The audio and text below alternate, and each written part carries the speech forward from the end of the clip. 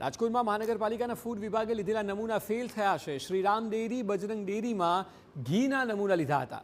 પાયલ પંજાબી અને પંગત રેસ્ટોરન્ટનું પનીર પણ અખાદ્ય નીકળ્યું છે।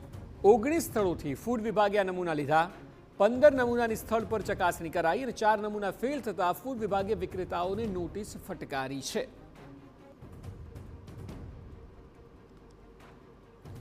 તમામ જગ્યાએ ફૂડ વિભાગે રેડ દરમિયાન સેમ્પલ લીધા હતા અને તુરંત ચેક કરવામાં આવ્યા તો નમૂના ફેલ ગયા છે।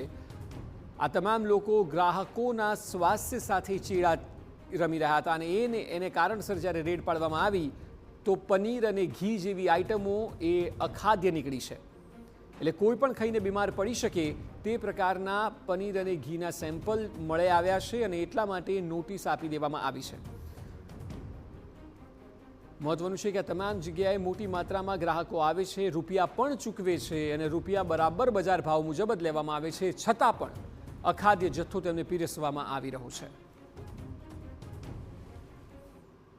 આ ચારેય નમૂના જે છે એનું રિઝલ્ટ જે છે આપણને સબ સ્ટાન્ડર્ડ માલુમ પડેલ છે। એટલે કે ખાસ કરીને જોવા જઈએ તો બીઆર વેલ્યુ 40 ડિગ્રી ઉપરાંત આયોડિન વેલ્યુ અને જે રિચર્ડ્સ વેલ્યુ જે છે એની માત્રા ધારાધોરણ મુજબની હતી નહીં। એટલે કે ફોરેન ફેટ આ તમામ બાબતોની અંદર એડ કરવામાં આવેલો હતો। એટલે કે પામ ઓઇલ અથવા વનસ્પતિ ઓઇલ જે મિશ્રણ જે છે એ ઘી ઉપરાંત પનીરની અંદર કરવામાં આવેલું હતું। તો આ નમૂનો જે છે નિયત ધારાધોરણ મુજબ ન હોય, સબ સ્ટાન્ડર્ડ ડિક્લેર થયેલો છે। એમાં હાલ જે છે અત્યારે આ ચારેય પેઢી જે છે એમને આપણે 1 મહિનાની એજ્યુડિકેશનની કાર્યવાહી અર્થેની નોટિસ પાઠવવામાં